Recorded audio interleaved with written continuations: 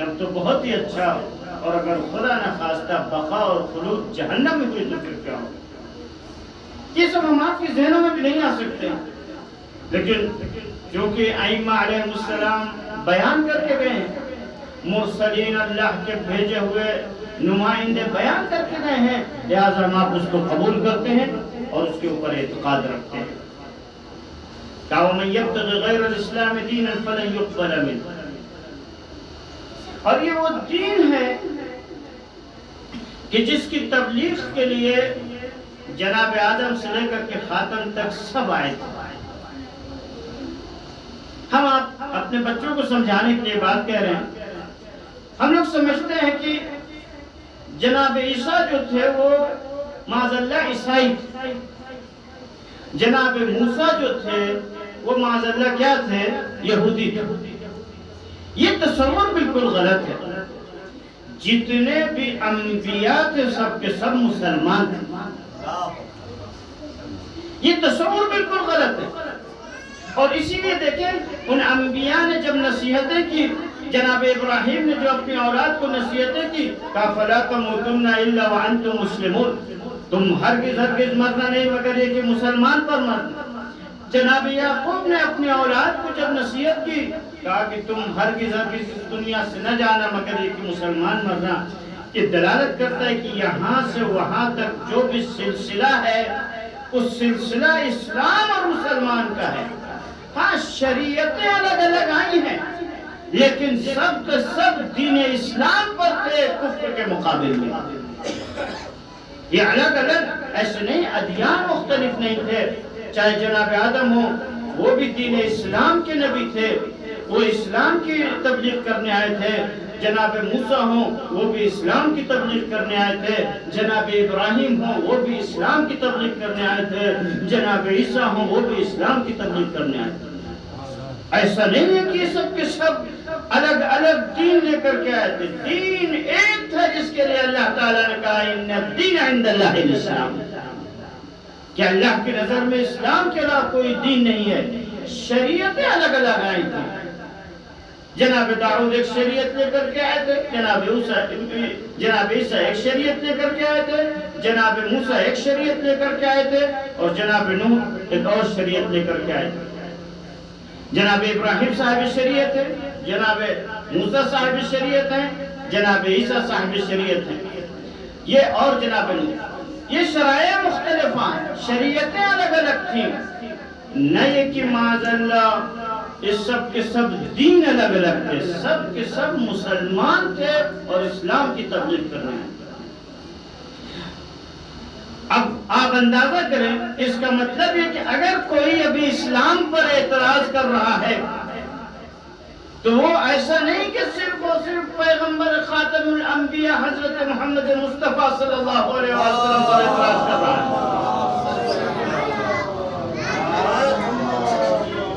بلکہ اس کا مطلب یہ ہے کہ وہ جناب عیسیٰ کے اوپر بھی اعتراض کر رہا ہے، جناب موسیٰ کے اوپر بھی اعتراض کر رہا ہے، جناب ابراہیم پر بھی اعتراض کر رہا ہے، جناب نوح پر بھی اعتراض کر رہا ہے، حضرت آدم پر بھی اعتراض کر رہا ہے، یہاں سے وہاں تک سب کے اوپر اعتراض کر رہا ہے۔ چونکہ ابھی بعض معترضین اس طریقے کے پیدا ہوئے، مثلا آج اس خبیث نے جو عراقی ہے اور اپنے کو عیسائی کہتا ہے، اس نے قرآن مجید کی توہین کی، یہ سمجھ رہا ہے کہ صرف ہم نے پیغمبر کی توہین کی ہے، خاتم الانبیاء کی توہین کی ہے۔ خبیث تمہیں نہیں معلوم کہ تم نے جیسے خاتم الانبیاء کی توہین کی ہے ایسے ہی جناب عیسیٰ کی توہین کی ہے، اس لیے کہ سب کے سب مسلمان تھے، اسلام کے نمائندے تھے۔ اب سوچیں، اس کا مطلب یہ کہ جو بھی مخالفت کرنے والا ہے وہ اپنے کو ان کے مقابل میں سمجھے، اور جو ادھر ساتھ دینے والا ہے وہ بھی یہ سمجھے کہ وہ تنہا نہیں ہے، وہ اگر اس مشن کو آگے بڑھانا چاہتا ہے، اسلام کے مشن کو، تو اس کا مطلب یہ ہے کہ وہ وارث آدم ہے، وہ وارث نوح ہے، وہ وارث ابراہیم ہے، وہ وارث موسیٰ ہے، وہ وارث عیسیٰ ہے، وہ وارث محمد مصطفیٰ صلی اللہ علیہ وآلہ وسلم ہے۔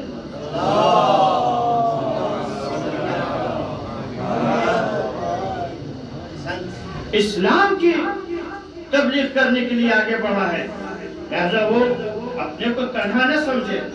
ہم آپ جس مناسبت سے جمع ہوئے ہیں، کیونکہ موسم بھی گرم ہے، الحمدللہ خیر ابھی انتظام ہو گیا ہے، ورنہ گرمی شدید تھی یہاں پر. اور اپنے کوئی میں خطیب بھی نہیں ہوں، کتنا سا طالب علم ہوں جو آپ کے سامنے بعض اپنے عرائض کو لے کر کے حاضر ہو گیا ہوں کہ اپنے مطالب کو آپ تک پہنچاؤں گا. ایک مرتبہ مجھے کہ آپ حضرات صلوات پڑھیں.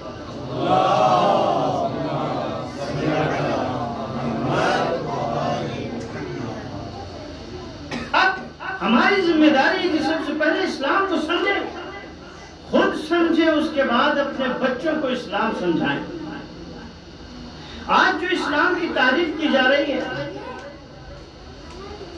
اسلام کو ہر ایک نے اپنے رنگ و روپ میں ڈھال کر کے پیش کرنے کی کوشش کی. اگر کوئی یورپ اور امریکہ کے کلچر سے متاثر ہے تو ہمیشہ اسلام کی ایسی تعریف کرتا ہے کہ جو یورپ اور امریکہ کے کلچر اور ثقافت کے مخالف نہ ہو، ایسا اسلام پیش کرے. اگر کوئی فرض کرے مشرق کے ممالک سے، مثلا جاپان سے، چین سے متاثر ہے، تو وہ اسلام کی ایک ایسی تصویر پیش کرے گا جو ان مشرق کے ممالک کے مخالف نہ ہو. ایسے آ جائیں ہمارے درمیان میں، جس ملک میں ہم آپ رہتے ہیں، عام طور پر کوشش کرتے ہیں اسلام کی ایک ایسی تعریف کرتے ہیں کہ جو تعریف ہمارے ملک کے جو ہے مطابق و مخالف نہ ہو. حقیقت یہ ہے کہ اسلام کو ایک رنگ و روپ میں ڈھال کر کے پیش کرتے ہیں. یزید بھی اپنے کو نہیں کہہ رہا تھا کہ میں کافر ہوں، وہ بھی ایک اسلام پیش کرنے کی بات کر رہا تھا، لیکن وہ ایسا اسلام کہ جو اسلام اس کے آباء و اجداد کے مطابق ہو، چاہے واقعی میں اللہ کے قانون کے مطابق ہو یا قانون کے مطابق نہ ہو. آج بھی دیکھیں اسی طریقے کی لڑائیاں چلی آ رہی ہیں. کچھ ایسے ہیں جو اس طرح کے اسلام کو پیش کرتے ہیں جیسے یزید اور اتباع یزید کا اسلام تھا، اور اس کے مقابل میں کچھ ایسے نکلتے ہیں جو حسین اور اتباع حسین کے اسلام کو پیش کرتے ہیں. ہر ایک نے اسلام کی تصویر پیش کی، لیکن ہر ایک کی تصویر پیش کرنے سے اسلام کی تصویر واقعی نہیں بن جائے گی، بلکہ اسلام کی تصویر واقعی وہ تصویر ہوگی جس کی صداقت قرآن مجید کی آیتیں کریں اور رسول اسلام کی روایتیں کریں. ورنہ ہر ایک اپنی جگہ دعویٰ کر رہا. حتی مذہب شیعہ میں بھی دیکھیں بعض اختلافات ہیں، ہر ایک اپنی جگہ دعویٰ کرتا ہے کہ ہم اسلام واقعی کی نمائندگی کر رہے ہیں، لیکن حقیقت میں تو نمائندہ وہی ہوگا جس کی تصدیق قرآن مجید کرے گا اور جس کی تصدیق سنت رسول کرے گا. ورنہ سب کے دعویٰ کرنے سے بننے والا نہیں ہے.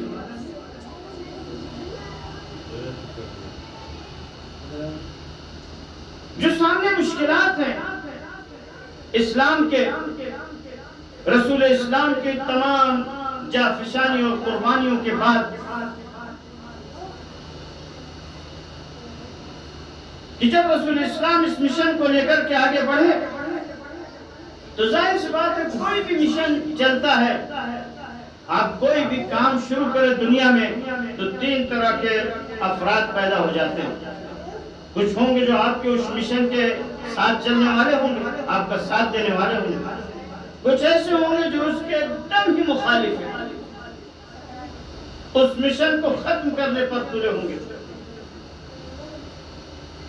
اور ایک تیسرا گروہ ہوتا ہے جو وقت کا انتظار کرتا ہے کہ اگر اس نے دیکھا کہ یہ کمیٹی آگے بڑھ رہی ہے، جس نے یہ مشن آگے بڑھایا ہے، تو ان کے ساتھ ہو جائے گا. اور اگر دیکھا کہ نہیں یہ دھیمے دھیمے کم ہو رہے ہیں، ختم ہو رہے ہیں، تو دوسری طرف جائے گا، اس طرف ان کے ساتھ ہوگا. ہم تو سمجھ رہے تھے پہلے دن سے مشن نہیں چلے گا. ایسے ہی رسول اسلام نے جب یہ آواز اٹھائی قولوا لا الہ الا اللہ تفلحوا، تم لا الہ الا اللہ کہو نجات مل جائے گی، اسلام کو قبول کرو، دنیا میں بھی کامیاب ہوگے آخرت میں بھی کامیاب ہوگے۔ تو کچھ ایسے مخلصین تھے رسول اسلام کے ساتھ جو ہر طرح کی صعوبتیں برداشت کر کے اور کلمہ لا الہ الا اللہ کو بلند کر رہے تھے اور بلند آواز سے کہہ رہے تھے اشہد ان لا الہ الا اللہ و اشہد ان محمد رسول اللہ صلی اللہ علیہ وسلم۔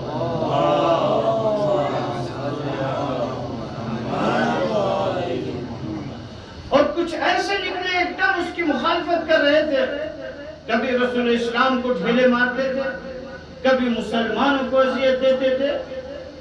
یہ دو گروہ تھے۔ ایک تیسرا گروہ تھا جو اپنی جگہ تھا، اس انتظار میں تھا کہ دیکھیں کون کامیاب ہوتا ہے۔ پہلی فرصت میں تو انہوں نے دیکھا کہ ظاہراً یہ لوگ تو کامیاب نہیں ہوں گے، اور اس کی وجہ یہ ہے کہ یتیم بچہ جس کے باپ بھی مر چکے ہیں، مالی اعتبار سے بھی بہت مال نہیں ہے، اور اس کے بعد حتیٰ تعبیریں یہ تھی کہ لگتا ہے یہ پیغمبر نے جو ان کے اپنے الفاظ تھے معاذ اللہ، وہ یہ تھی کہ لگتا ہے محمد نے کوئی رات میں خواب دیکھا اور صبح اسلام کا اعلان کر دیا۔ یعنی جتنا ان کے ذہن میں تھا یہ تھا کہ یہ کبھی بھی مشن آگے چلنے والا نہیں ہے، لیکن ان کو یہ نہیں معلوم تھا کہ یتیم عبداللہ کا سورج جب نکلے گا انشاءاللہ اس مکے کی وادی سے، تو ایک زمانہ وہ آئے گا کہ مشرق و مغرب اور جنوب شمال سے اللہ اکبر کی صدائیں بلند ہوں گی اور اشہد ان محمد رسول اللہ کی صدائیں بلند آئیں گی۔ تو اب جو وہ گروہ تھا اس نے دیکھا کہ نہیں یہ لوگ کامیاب ہو رہے ہیں، جب انہوں نے ادھر والوں کے ساتھ چھوڑا ادھر آئے، کہا میں تو بہت ہی مخلصانہ طور پر آپ کے ساتھ تھا اور آپ کے لیے کام کرنا چاہ رہا تھا، لیکن یہ گروہ منافق ہے، یہ ابن الوقت لوگ ہیں کہ یہ اپنی چال چلتے رہے اور پیغمبر کے نے جیسے ہی اعلان کیا کہ میرے زندگی کا یہ آخری حج ہے کہ جو کرنے کے لیے ہم نکل رہے ہیں، تو تاریخ میں ملتا ہے کہ خانہ کعبہ کے اندر امام محمد باقر علیہ السلام فرماتے ہیں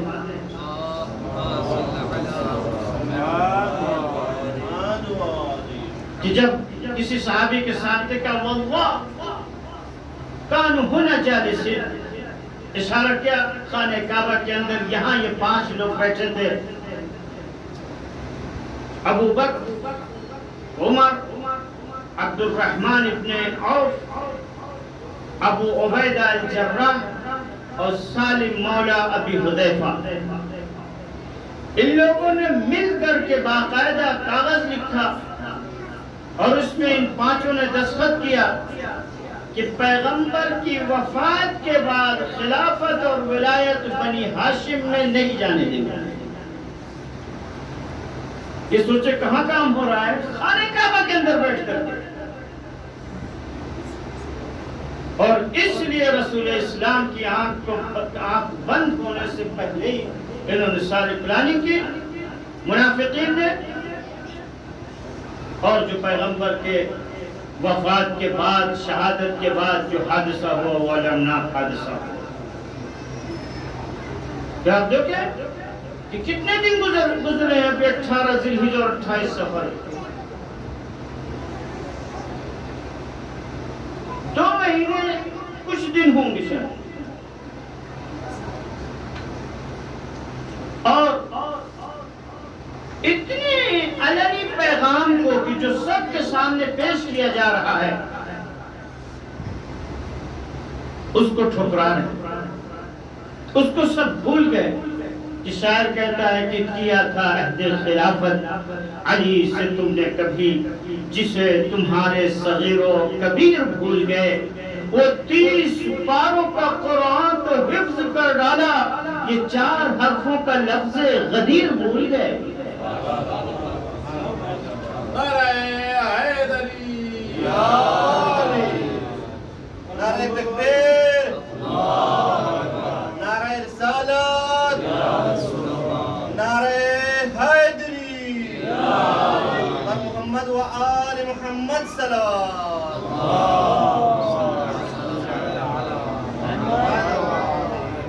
اتنی کم مدت میں اتنی بڑی بھول اور چوک معنی نہیں رکھتی ہے، لیکن جو مخلص اسلام تھے، جو کہ اپنی منزل کی طرف آگے بڑھیں ورنہ انہیں تمہید میں رہ جائیں گے،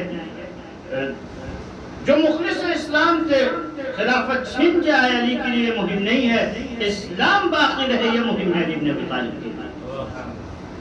لہذا خلافت بھی چھن گئی، اس کے باوجود کہا کہ میں نے قسم کھائی ہے کہ جب تک ہم قرآن کو جمع نہ کر لیں گے اپنے دوش پر عبا کو نہ ڈالیں گے۔ امیر المومنین نے قرآن کو جمع کیا اور جب لے کر کے آئے، دل منافقین نے قرآن کو امیر المومنین سے قبول نہیں کیا۔ تو بات آگے بڑھتی رہی، 25 سال تک امیر المومنین گوشہ نشین رہے۔ سن 30 ہجری تک، سن 34 ہجری تک، 34-35 تک امیر المومنین گوشہ نشین رہے۔ قرآن مجید کی تعبیر کے اعتبار سے وہ بئر معطلہ، ایسا کنواں جس سے استفادہ نہ کیا جائے۔ لیکن مخلص اسلام تھے، جب بھی اسلام پر وقت آیا وہ ساتھ دیتے ہیں۔ لیکن جو گروہ منافقین تھا یہ روز بروز ان کو کمزور ہی سمجھتا ہے۔